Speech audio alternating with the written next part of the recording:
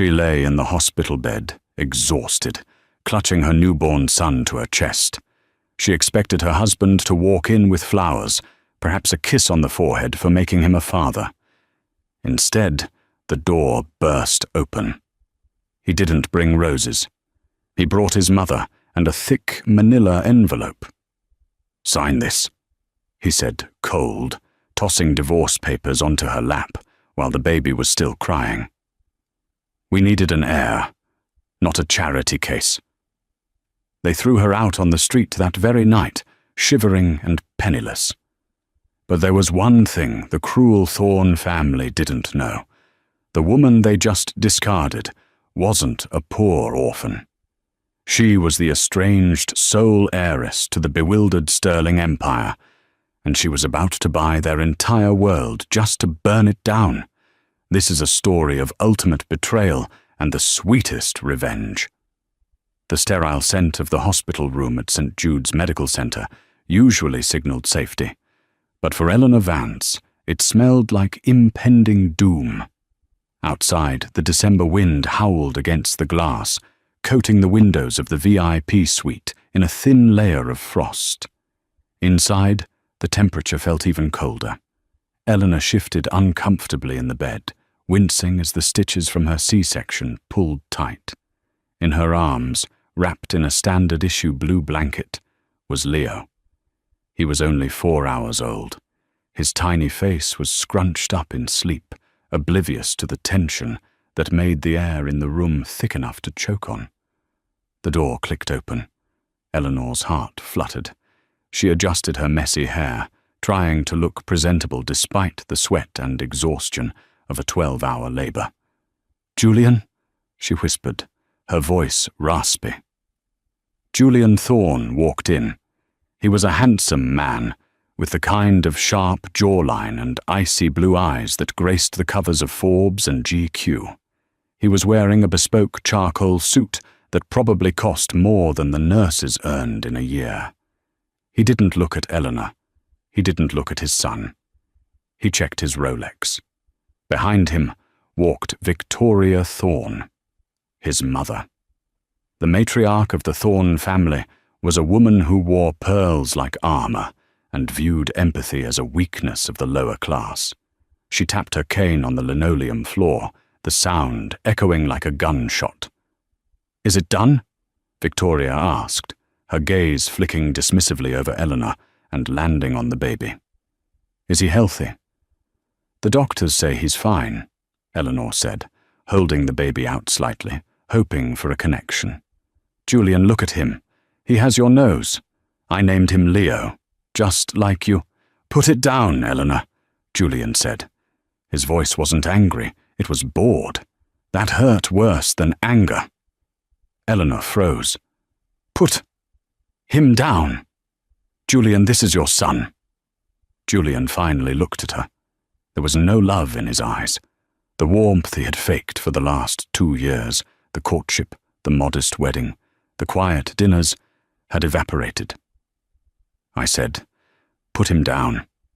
We have business to discuss, and I don't want the noise." Trembling, Eleanor gently placed the sleeping infant into the plastic bassinet beside the bed. She turned back to her husband, confusion clouding her mind. "Business? Now? I just had surgery, Julian. Can't this wait until we get home?" Victoria let out a dry, sharp laugh. She reached into her oversized Hermes bag and pulled out a thick manila envelope. She tossed it onto the bed. It landed heavily on Eleanor's legs. "There is no home for you, dear," Victoria sneered. "Not anymore." Eleanor's hands shook as she opened the envelope. The bold letters at the top of the document made her vision blur.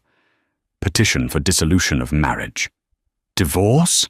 Eleanor gasped, the air leaving her lungs. "I don't understand. We just had a baby. Today." "Why?" Julian walked to the window, staring out at the snowy parking lot. "Let's be honest, Ellie. This marriage was a strategic necessity, but a personal bore.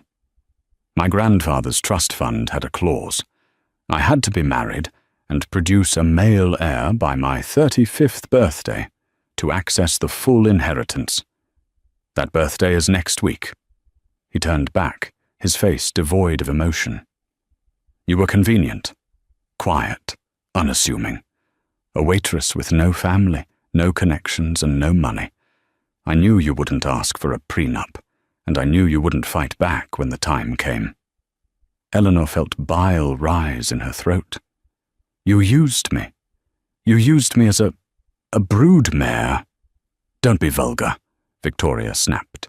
"You were compensated. You lived in a mansion for 2 years. You wore clothes you could never afford. Consider that payment for your services." "I loved you," Eleanor whispered, tears streaming down her face. "I loved you, Julian." "And that was your mistake," Julian replied smoothly. He pulled a pen from his pocket and set it on the papers. "Sign the papers, Eleanor. You get nothing. No alimony, no access to the estate. We are generous enough to let you keep the child." Eleanor blinked. You don't want Leo?" "A crying infant?" "God, no," Julian scoffed. "We have the birth certificate proving he exists. That satisfies the lawyers for the trust fund. I don't need to actually raise him to get the money. Besides, I'm remarrying next month. Cynthia Vandermeer doesn't want stepchildren cluttering up the penthouse." Cynthia Vandermeer, the daughter of a steel tycoon. Julian had been seen with her in the tabloids, but he had always told Eleanor they were just business associates. "I won't sign," Eleanor said, her voice shaking but finding a sliver of steel. "I won't let you get away with this." Victoria stepped forward, her shadow falling over the bed. "Oh, you will sign.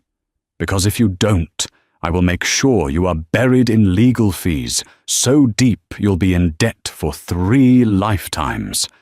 I will ruin your credit. I will ensure you never get a job in this city again. And I will call Child Protective Services and tell them you are an unfit, mentally unstable mother who is hallucinating from postpartum depression. They will take that baby, and you will never see him again." The threat hung in the air. Eleanor looked at Leo, sleeping peacefully. She looked at the people she had called family. They were monsters. "If I sign," Eleanor said quietly, "I leave with my son, and you never come near us again." "Deal," Julian said instantly. With a trembling hand, Eleanor picked up the pen. She signed her name. Eleanor Vance. She didn't sign her real name. She hadn't used that name in 5 years. As soon as the ink was dry, Julian snatched the papers. "Excellent. Now get dressed."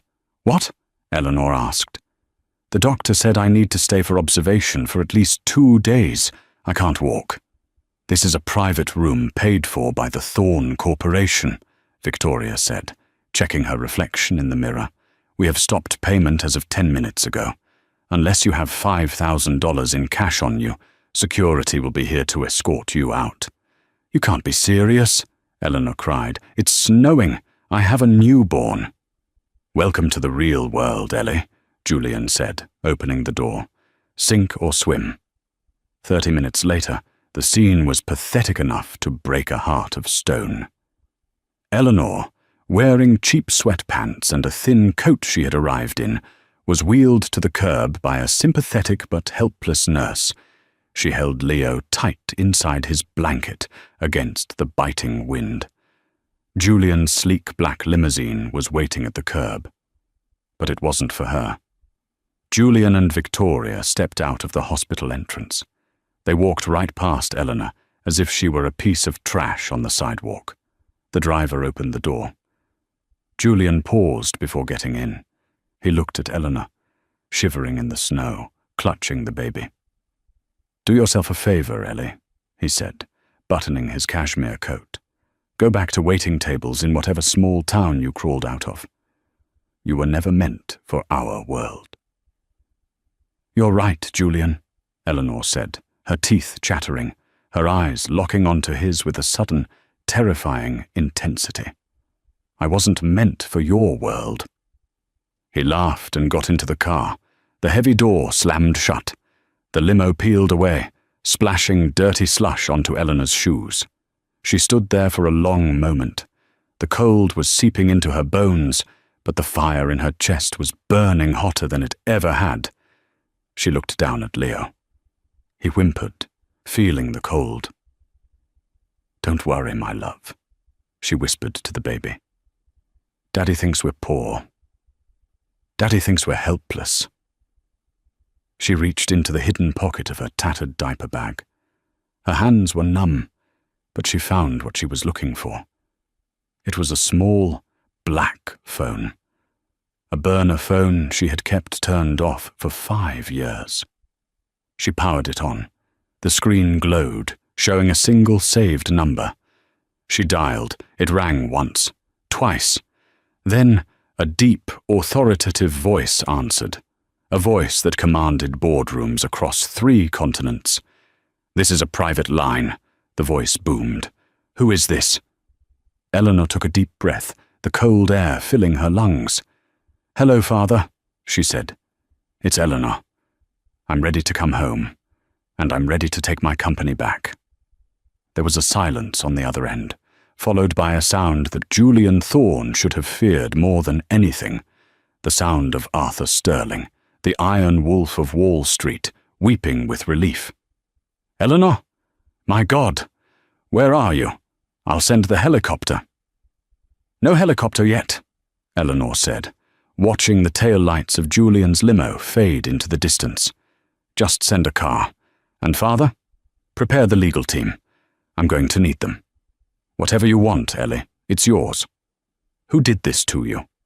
You sound different." "I am different," Eleanor replied, turning her back on the hospital. "The girl who left you wanted love. The woman coming back wants blood." The taillights of Julian's limousine disappeared around the corner, leaving Eleanor alone in the freezing slush. But she didn't have to wait long. Less than 10 minutes after she ended the call, the rumble of a powerful engine cut through the silence of the hospital parking lot. It wasn't a taxi. It wasn't a police cruiser. Turning the corner was a matte black Rolls-Royce Phantom, flanked by 2 black SUVs. The convoy moved with the precision of a presidential motorcade. The vehicles screeched to a halt in front of her. 4 men in tactical suits jumped out of the SUVs, forming a protective perimeter. The rear door of the Phantom opened, and a tall, silver-haired man in a bespoke tuxedo stumbled out, ignoring the ice on the pavement. Arthur Sterling, the Iron Wolf of Wall Street, a man who could crash the stock market with a single tweet, a man who terrified senators. He fell to his knees in the snow in front of Eleanor, tears streaming down his face. "Ellie," he choked out, his voice cracking.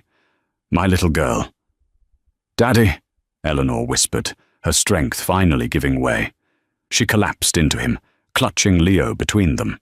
Arthur wrapped his heavy coat around her, barking orders at his security team. "Get the heat up! Call Dr. Heiress! Tell him to meet us at the estate immediately! Move!" He ushered her into the back of the Phantom. The interior smelled of aged leather and safety. As the car pulled away, leaving the miserable hospital behind, Eleanor leaned her head on her father's shoulder. "I'm sorry," she murmured. "I'm so sorry I left." Arthur stroked her hair, looking at the sleeping baby. "You wanted to find yourself, Ellie. You wanted to know if people could love you for you, not for the sterling billions. Did you find your answer?" Eleanor looked out the window at the city skyline. "Yes. I found that without the money, I was nothing to them. Julian, he threw us away like garbage because he thought I was poor." Arthur's face hardened. The loving father vanished, replaced by the ruthless tycoon. "Julian Thorne? That mid-level real estate boy? He's the one? He divorced me today. Minutes after Leo was born. He needs an heir for his trust fund, but he didn't want the waitress mother." Arthur pulled out his phone. He didn't dial, He just tapped the screen, recording a voice memo for his legal team. His voice was terrifyingly calm. Initiate Protocol Omega. Target is Thorn Enterprises. I want a full audit of their debt, their suppliers, and their pending loans. Buy the debt, all of it. If they owe money to a hot dog stand, I want to own that hot dog stand by morning. He put the phone away and kissed Eleanor's forehead. Rest now.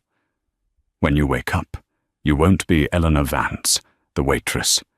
You will be Eleanor Sterling, the chairwoman of the board. And we are going to teach the Thorn family a lesson about net worth.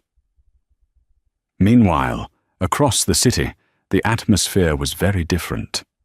Julian Thorn walked into the penthouse suite of the Plaza Hotel, tossing his coat onto a velvet armchair. The room was filled with the scent of expensive lilies and chilled champagne.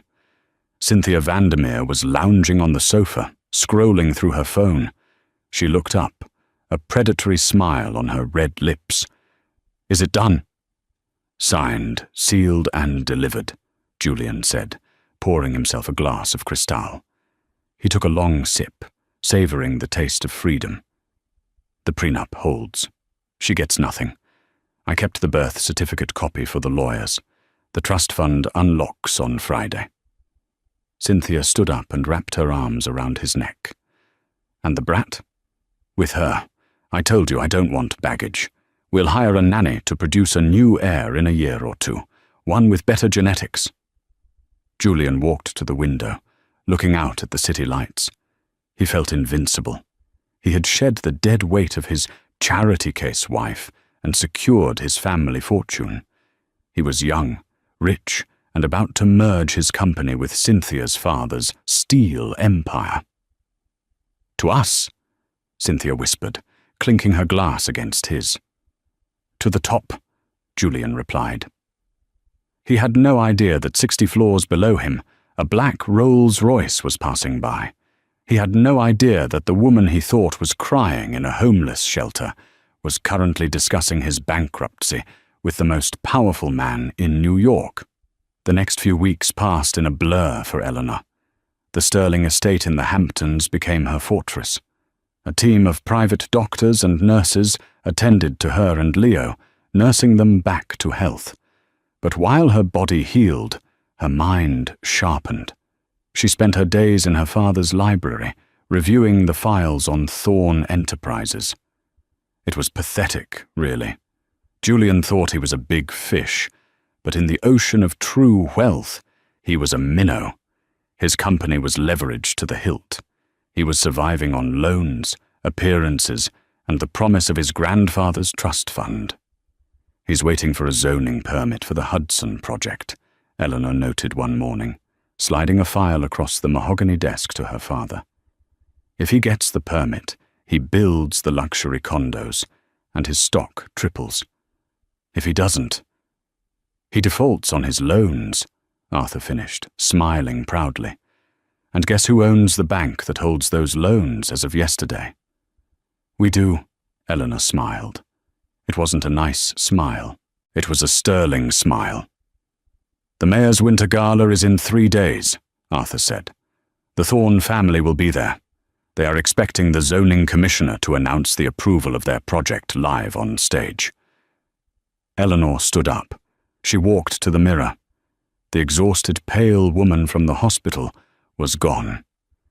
In her place stood a striking beauty with glowing skin, her figure recovering, her eyes burning with purpose. "I think it's time Eleanor Vance disappeared forever," she said. "I need a dress, Father. Something that says, 'I own you.'" Arthur grinned. "I'll have Valentino fly in. Personally." The mayor's winter gala was the highlight of the New York social calendar. It was a sea of tuxedos, diamonds, and fake smiles held at the Metropolitan Museum of Art. Julian Thorn arrived with Victoria on one arm and Cynthia on the other. He felt like a king. The rumors of his divorce had circulated, but he had spun the narrative perfectly. Poor Julian. trapped by a gold-digging waitress who cheated on him. Thank God he's free. "Look at them," Victoria whispered, nodding toward the crowd. "They all want to be us." "Keep your eyes on Commissioner Hayes," Julian murmured. "He's making the announcement at 9 p.m.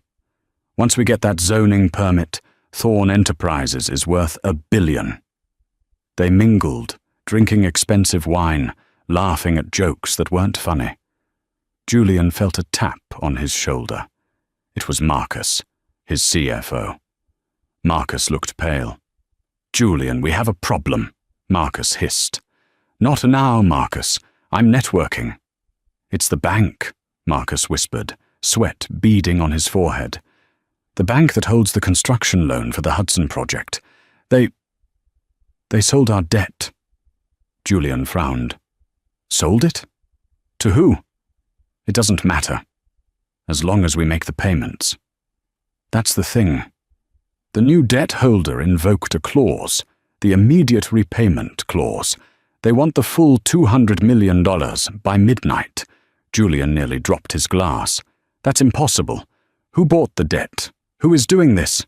"A shell company. Leo Holdings." "Leo?" Julian froze. The name of the son he abandoned. No, it was a coincidence. A common name. "Fix it, Marcus. Stall them until the announcement. Once the permit is approved, the stock jumps, and we can leverage a buyout." Suddenly, the lights in the great hall dimmed. A spotlight hit the grand staircase. The chatter stopped. The master of ceremonies stepped to the microphone. "Ladies and gentlemen, please welcome the host of tonight's primary charity sponsor, a family returning to New York after a 5-year absence, the owners of the newly formed Sterling Vance Global, Mr. Arthur Sterling."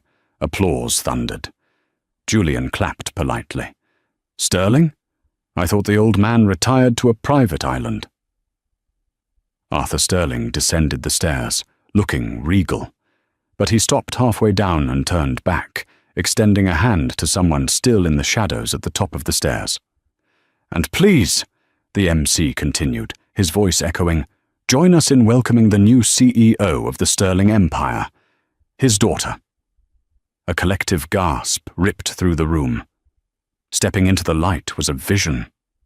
She wore a blood-red gown that hugged every curve, made of silk that flowed like liquid fire.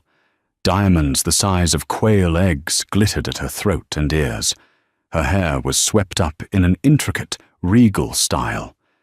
But it was her face that made the room freeze. Julian dropped his glass. It shattered on the marble floor, champagne splashing onto Cynthia's shoes. Victoria grabbed her cane, her knuckles turning white. "Impossible," she hissed. That's the waitress." Eleanor descended the stairs. She didn't look down. She looked straight ahead, scanning the crowd until her eyes locked onto Julian's. She didn't smile. She didn't wave. She looked at him with the cold indifference of a god looking at an insect. The crowd parted for her as she reached the floor. Arthur took her arm, and they walked straight toward the VIP section, straight toward the Thorn family. Julian couldn't move. His brain was misfiring. Eleanor? The woman who served coffee? The woman who begged him not to leave her in the snow. She stopped 2 feet away from him. The scent of her perfume, something rare and expensive, definitely not the vanilla lotion she used to wear, wafted over him. "Good evening, Mr. Thorn," Eleanor said. Her voice was smooth, cultured, devoid of the hesitation she used to have. "Eleanor?" Julian stammered. What are you doing here? You're wearing... I'm wearing a dress that costs more than your car," she finished for him. She glanced at Cynthia. "And you must be the mistress, the steel heiress." "A pleasure." Cynthia bristled. "Who do you think you are? You're just his ex-wife. The gold digger." Eleanor laughed. It was a dark, rich sound. "Gold digger? Honey, I don't dig for gold. I own the mine." She turned back to Julian. I heard you're having some trouble with your loans, Julian. $200 million due by midnight. That's a tight deadline. Julian's face went white. Leo Holdings. That's you? Leo Holdings. Named after my son. The one you said wasn't worth raising. Eleanor stepped closer, her voice dropping to a whisper that only he could hear. I bought your debt, Julian. I own your building. I own your loans. And in about 10 minutes, when the zoning commissioner, who happens to be my godfather, announces that the Hudson project is being denied due to environmental concerns, I will own you. You can't do this, Julian hissed, panic rising in his chest. We had a deal. You signed the papers. I signed the divorce papers, Eleanor agreed cheerfully. Which means I am legally free to destroy you without it being a conflict of interest. You wanted me out of your world, Julian. Remember? You said I wasn't meant for it. She leaned in, her eyes flashing dangerously. You were right. I'm not meant for your world. I'm above it, and I'm about to bring the sky down on your head. The music swelled. Eleanor turned on her heel and walked away, her red dress trailing behind her like a river of blood. Julian stood paralyzed, the shattered glass crunching under his feet as the commissioner walked up to the podium. The silence in the great hall of the Metropolitan Museum was absolute. 1,000 wealthy guests, holding breaths that collectively cost millions in dental work, turned their eyes to the podium. Commissioner Hayes adjusted the microphone. He was a stern man, known for being unbribable, unless, of course, you were Arthur Sterling, the man who had paid for his law school tuition 30 years ago. Regarding the Hudson project proposed by Thorne Enterprises, Hayes began, his voice booming through the speakers. Julian held his breath, praying for a miracle. After a thorough review of the geological surveys and the historical preservation impact reports submitted late this afternoon, he paused. Julian felt a bead of sweat roll down his spine. The commission has decided to deny the zoning permit effective immediately. Furthermore, the site has been designated a protected historical landmark due to the discovery of colonial-era foundations. No construction of any kind will be permitted for the next 99 years. The gavel banged. It was the sound of a guillotine blade dropping. The room erupted into whispers. In the world of high-stakes real estate, a denial like that wasn't just a setback. It was a death sentence. Thorne Enterprises had sunk $80 million into purchasing that land. Money borrowed from banks, money borrowed from investors, money that was now buried under a protected landmark that generated zero revenue. Julian swayed on his feet. No, that's a mistake. I paid the inspector. I paid him. He realized too late he had shouted that aloud. People nearby recoiled. Victoria grabbed his arm, her nails digging into his flesh. Shut up, you fool! Do you want an indictment on top of bankruptcy? But the nightmare was only beginning. As if on cue, a dozen cell phones around them started ringing. It was the investors. Then Julian's phone buzzed. It was Marcus, his CFO. Julian, did you hear? The stock. The algorithm picked up the denial instantly. We're in freefall. The share price dropped from $45 to $8 in 3 minutes. Trading has been halted. Julian looked across the room. Eleanor was standing by the bar, sipping a glass of mineral water. She wasn't looking at the stage. She was looking at him. She raised her glass in a mock toast, her eyes dancing with cold amusement. Beside Julian, Cynthia Vandermeer was frantically typing on her phone. "Cynthia," Julian pleaded, reaching for her hand. "Baby, listen, it's just a glitch. I can fix this. I just need a bridge loan from your father. Just $10 million to float us until the next quarter." Cynthia pulled her hand away, as if he were contagious. She looked at him with a mixture of pity and disgust. "My father?" She laughed, harsh and shrill. "My father just texted me. He's pulling out of the merger. He says he doesn't do business with sinking ships." "But our engagement," Julian stammered. "The wedding next month?" Cynthia slipped the 5-carat diamond ring off her finger. It had been a family heirloom of the Thorns, one of the few real assets they had left.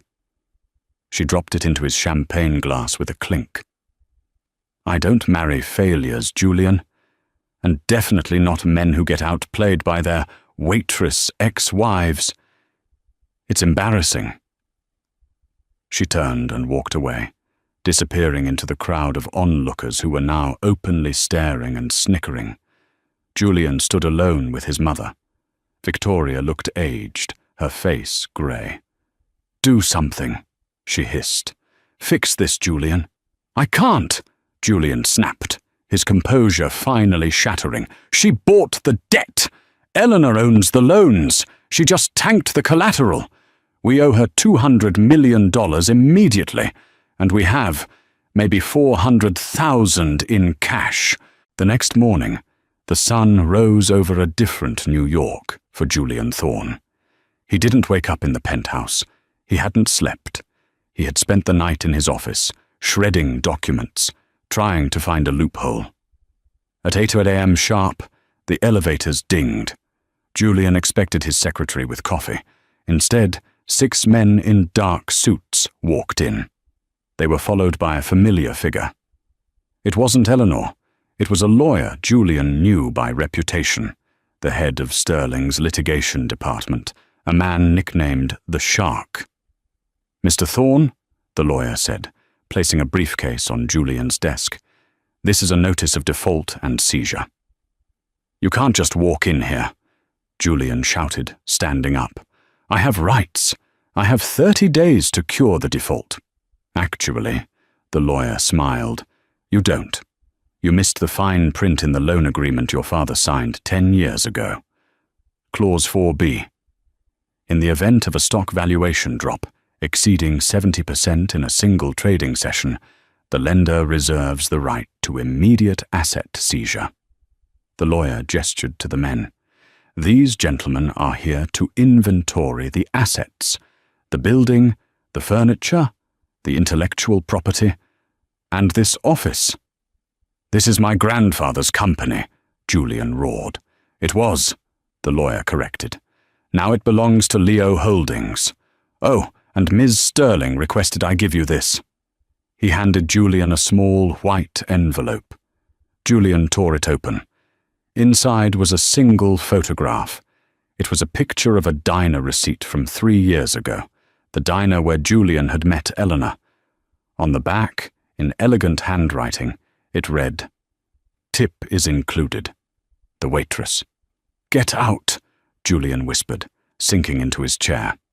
"Actually, Mr. Thorne," the lawyer said, checking his watch, "you have to get out. Security will escort you. You can take 1 box of personal items. Anything electronic stays." 10 minutes later, Julian Thorne walked out of the skyscraper that bore his last name. He carried a cardboard box containing a framed photo of himself and a stress ball. It was snowing again, just like the night at the hospital. He stood on the curb, looking up at the towering glass structure. Workers were already there, removing the brass Thorne letters from the wall. His phone buzzed. It was his mother. "They took the house!" Victoria was screaming into the phone, sobbing. "Julian! The sheriffs are here. They say the mansion was collateral for the business loans. They're evicting me. Where am I supposed to go?" "I don't know, Mother," Julian said, his voice hollow. "Maybe you can try a shelter. I hear they have soup." He hung up. He had nothing. No wife, no son, no money, no home. But as he stood there in the cold, a twisted thought began to form in his mind. He still had 1 card left to play. Eleanor. She had loved him once, obsessively. She had worshipped the ground he walked on. Sure, she was angry now. She was lashing out. But women like Eleanor, they craved family. She had grown up an orphan, or so he thought. She wanted a home. He had a son with her. That was a bond that couldn't be broken by a bank transfer. "She's just hurting," Julian muttered to himself, a delusional hope sparking in his eyes. "She's doing this to get my attention. She wants me to fight for her." He flagged down a taxi. He didn't have much cash left, but he had enough to get to the florist. 3 days later, Eleanor sat in the executive suite on the top floor of the Sterling Tower. The view was breathtaking. Central Park lay spread out like a white tablecloth below. She was feeding Leo. He was cooing, his tiny hand gripping her finger. "You're going to be a good man, Leo," she whispered. "Strong, like your grandfather. Kind, like your mother. And nothing like your donor." The intercom on her desk buzzed.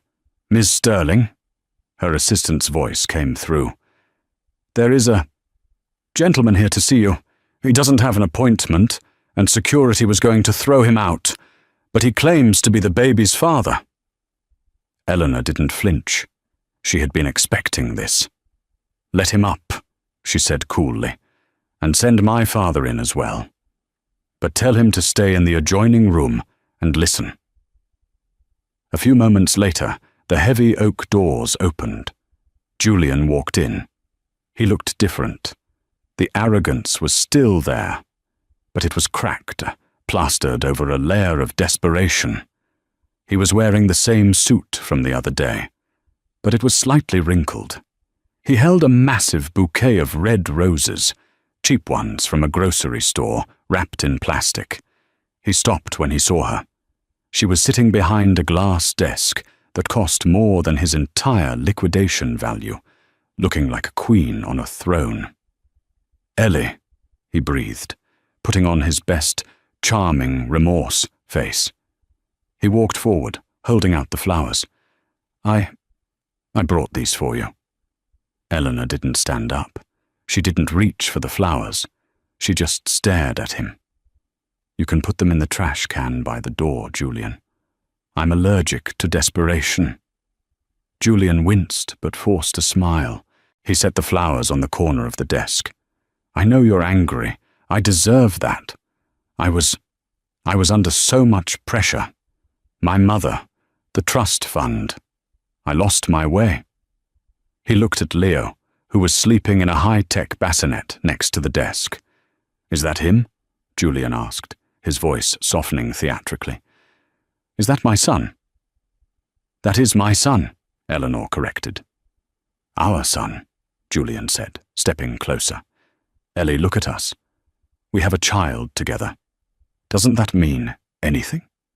I know I made a mistake, a horrible mistake, but seeing you the other night, seeing the fire in your eyes, I realized something." He fell to his knees. It was a practiced move. He grabbed her hand. "I realized I still love you. I never stopped. I was just scared. I pushed you away because I thought I had to be this cold businessman. But now that I've lost the company, I see clearly. I don't care about the money. I just want my family back." Eleanor let him hold her hand for a moment. She studied his face. It was a masterclass in manipulation. If she hadn't heard him call her a charity case just a week ago, she might have believed him. "You don't care about the money?" she asked softly. "No," Julian lied, his eyes shining with unshed tears. "I just want you. And Leo. We can start over. I can help you run this place. I know business, Ellie. We could be a power couple. King and Queen of New York." "A king and queen," Eleanor repeated. She gently pulled her hand away.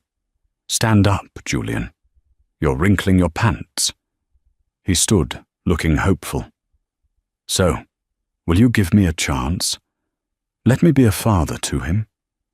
Eleanor pressed a button on her desk. A panel on the wall slid open, revealing a large screen. "I have a video I want you to watch," she said. The screen flickered to life. It was security footage from the hospital room. Julian froze. On the screen, the timestamp showed Deck 12, 11:45 p.m. It was the night of the birth. The audio was crystal clear. Julian's voice on the recording. A crying infant.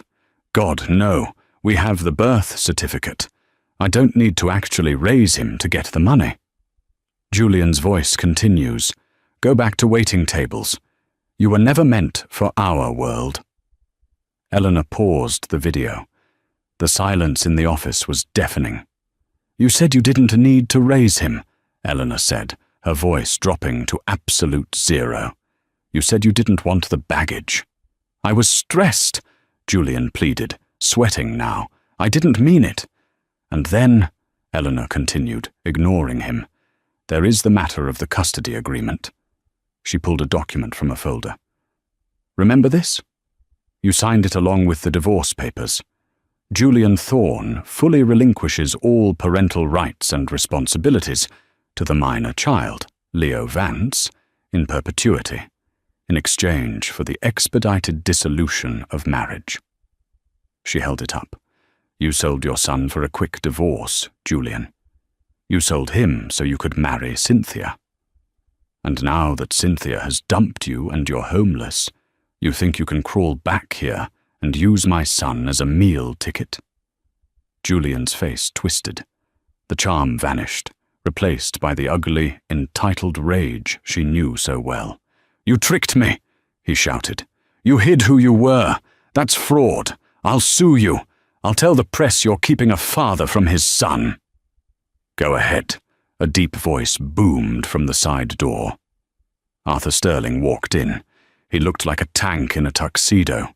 He walked over to Julian, towering over him. Go to the press, Arthur challenged. Please. I own 3 of the biggest newspapers in the country.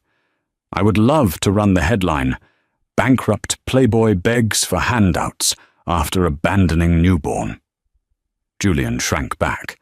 He looked from Arthur to Eleanor. He realized, finally, that there was no angle to play, no weakness to exploit. What do you want? Julian whispered, defeated. I want you to suffer, Eleanor said calmly. But I'm not cruel like you. I won't leave you to starve. She tossed a set of keys onto the desk. They were simple, silver keys. What is this? Julian asked. Job security, Eleanor said. I bought your mother's mansion. I'm turning it into a shelter for single mothers who have been abandoned by their partners. We need a janitor, someone to scrub the toilets, take out the trash, shovel the snow.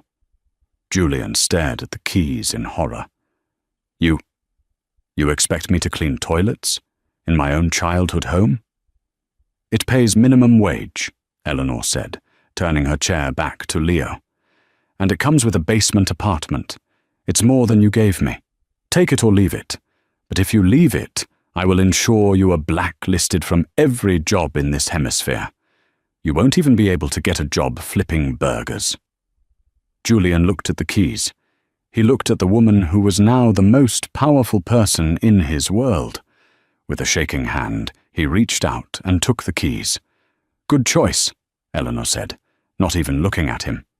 Shift starts at 6 a.m. Don't be late. The snow needs shoveling. Julian turned and walked to the door. He felt smaller than he had ever felt in his life. He opened the door, but Eleanor's voice stopped him one last time. Oh, and Julian? He turned back. Western names, she said, a cryptic smile on her face. You always liked them. So I renamed the mansion. What did you call it? He rasped. The Karma House. Julian walked out, the heavy door closing behind him with a final, sealing click. But Eleanor wasn't done. As the door closed, she looked at her father. Phase 1 is complete, she said. Now, let's talk about the others. The people who helped him. The doctor who faked the records. The lawyer who drew up the papers. Arthur smiled, a wolfish grin. They're already in the conference room, waiting for judgment. Good. Eleanor stood up, smoothing her skirt. Let's go see if they settle as easily as Julian did. The conference room on the 40th floor of Stirling Tower was a glass-walled shark tank. The view of the city was magnificent, but the three people sitting at the long mahogany table weren't looking at the view. They were looking at the floor, sweating. Dr. Heiress, the obstetrician who had allowed Julian to interrupt the post-birth recovery, Marcus, the CFO who had cooked the books for Thorne Enterprises to hide debt, and Mr. Greaves, the lawyer who had drafted the cruel divorce papers and threatened Eleanor with child protective services. Eleanor walked in, flanked by Arthur Stirling and two formidable legal aides. She didn't sit down. She paced slowly around the table, the rhythmic click of her heels the only sound in the room. "Gentlemen," Eleanor began, her voice deceptively light, "you all played a part in the worst day of my life. You bet on Julian Thorne because you thought he was the winner. You thought I was nobody." She stopped behind Dr. Heiress. The doctor flinched. "Dr. Heiress," she said, "you discharged a woman 4 hours after a C-section. You violated your oath. You endangered my life and my son's life because the Thorne family paid you a bonus." "Mrs. Stirling, please," the doctor stammered. "It was a misunderstanding. I was pressured." "Pressure is when you have to save a life in the ER," Eleanor corrected. "This was greed. I've already reported you to the medical board. Your license is suspended pending investigation, but I'm willing to drop the civil lawsuit for malpractice." Dr. Heiress looked up, hopeful. "You are?" "Yes. On one condition. You are going to volunteer your services. For the next 5 years, you will work exclusively at the free clinic in the Bronx. No private practice, no bonuses, just helping women who actually need it. Do we have a deal?" The doctor swallowed hard. He nodded. "Yes. Yes, thank you." Eleanor moved to Marcus. "Marcus," she said, "you knew Julian was lying about the company's value. You helped him hide assets during the divorce proceedings to cheat me out of alimony. That's fraud." Marcus wiped his forehead with a handkerchief. "I was just following orders." "The Nuremberg defense doesn't work in corporate law," Arthur Stirling interjected from the corner, his voice like gravel. "I'm not sending you to jail, Marcus," Eleanor said, "because you're good with numbers. You're going to work for me now. In the audit department. You're going to find every single penny Julian Thorne ever hid, stolen, or laundered. And then you're going to help me donate it to charity.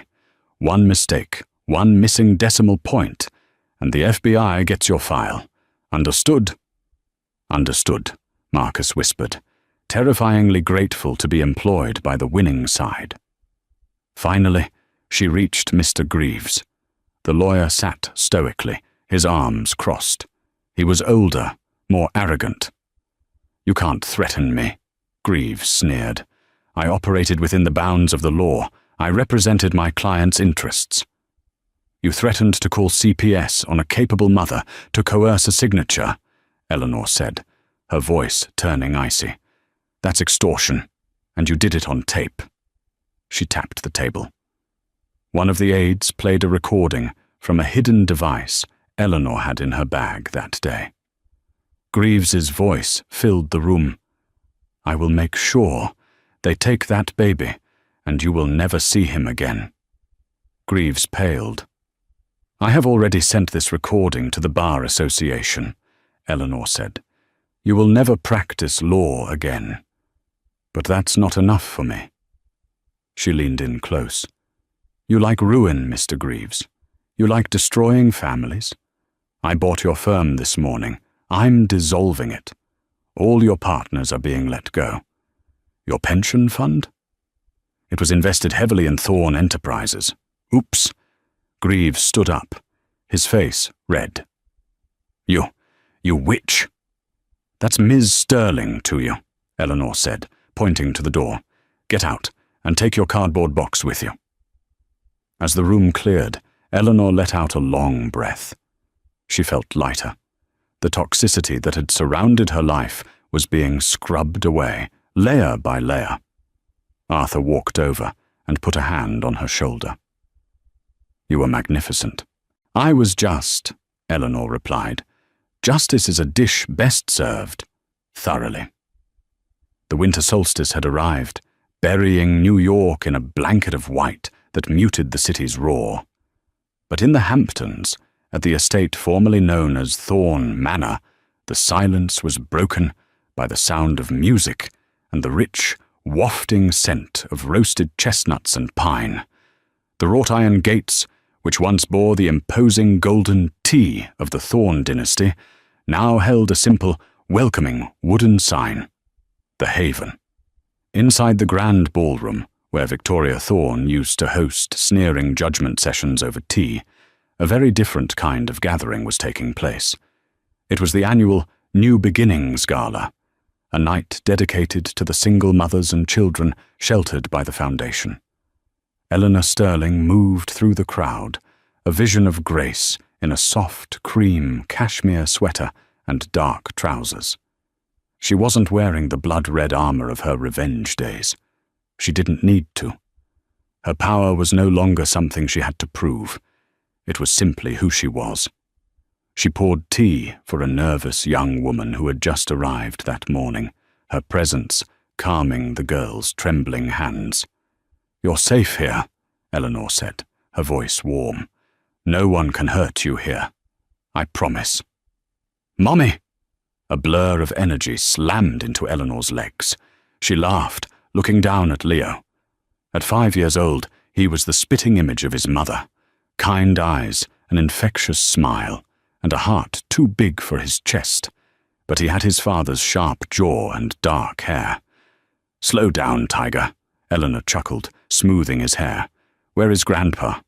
"He's hiding the presents," Leo whispered loudly, his eyes wide with conspiracy. "But I need to go outside. I left my turbo sled on the patio, and it's going to get buried." "5 minutes," Eleanor warned, checking her watch. "It's freezing out there." Leo bolted for the French doors, pushing them open and vanishing into the swirling snow. Eleanor watched him go, a smile lingering on her lips. She moved to the window, intending to keep an eye on him. But as she looked out into the twilight, her smile faded into a look of quiet, somber reflection. Outside, the wind was biting. Leo ran toward the patio, his breath puffing in little white clouds. He found his sled near the edge of the garden path, but he stopped abruptly. A man was there. He was dressed in a heavy, grey utility jumpsuit with a reflective vest. He was bent over, rhythmically chipping away at the ice on the stone walkway with a heavy metal scraper. His hands were gloved in rough leather, and a woolen cap was pulled low over his ears. It was Julian. 5 years of manual labor had stripped the softness from him. The manicured nails and $500 haircuts were gone. His face was weathered, lines of exhaustion etched deep around his eyes.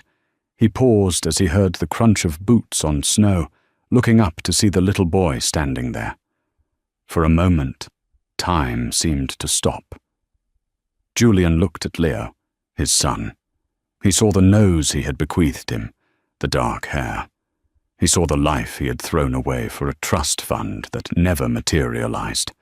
"Hi," Leo said brightly, oblivious to the ghost standing before him. "Are you the snowman?" Julian gripped the handle of his ice scraper, his knuckles turning white. His throat worked, dry and tight. "No, kid. Just the janitor." "Oh," Leo said. He didn't look down on the man. He just looked curious. "My mum says you keep us safe from slipping. That makes you a hero." Julian felt like he had been punched in the gut. A hero.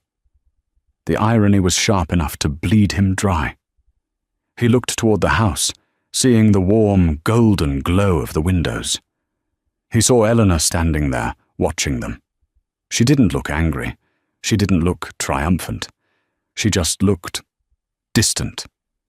Like he was a stranger she used to know. "Your mum is a smart lady. Julian croaked, his voice rough. "You should listen to her." "I do," Leo chirped. "Merry Christmas, Mr. Janitor."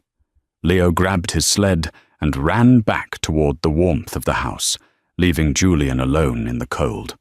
Julian watched the boy go until the patio doors closed, sealing the warmth inside. He looked down at his shovel.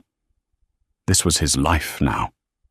He lived in the basement apartment of the home he was born in. He cleaned the toilets of the women he once would have mocked. He shoveled the snow for the son he wasn't allowed to claim. He had his inheritance after all. Not the money, but the consequences. Inside the ballroom, Eleanor turned away from the window as Arthur Sterling walked up, handing her a glass of cider. "I saw him," Arthur said quietly, nodding toward the garden. "He's doing a good job on the ice." "He is," Eleanor agreed. "Does Leo know?" Arthur asked, a protective edge in his voice. "No," Eleanor shook her head. "And he never will. Julian isn't a villain in Leo's story, Dad. He's just a lesson, a footnote." She looked back one last time. Julian had resumed chipping at the ice, his head bowed against the wind. "He wanted a life without baggage," Eleanor whispered, turning her back on the window and stepping into the center of the room, where her family, her real family, was waiting. "Now he has it. He has nothing to carry but himself." She raised her glass to the room full of survivors. "To the future," she said, her voice ringing clear and strong. "To the future!" The room cheered back, and outside in the falling snow, the janitor kept working, clearing the path for the queen he had foolishly tried to dethrone. And that is how Eleanor Vance turned her darkest hour into her greatest victory. She proved that true wealth isn't about the money in your bank account, but the strength of your character. Julian Thorne learned too late that when you treat people like trash, you might just be throwing away a diamond. What do you think? Did Julian deserve his fate as the janitor, or was Eleanor too harsh? Let me know in the comments below. If you enjoyed this story of betrayal and sweet revenge, please smash that like button and subscribe to the channel for more dramatic stories every week. Don't forget to hit the bell icon so you never miss a twist. Thanks for watching, and remember, be careful who you step on your way up.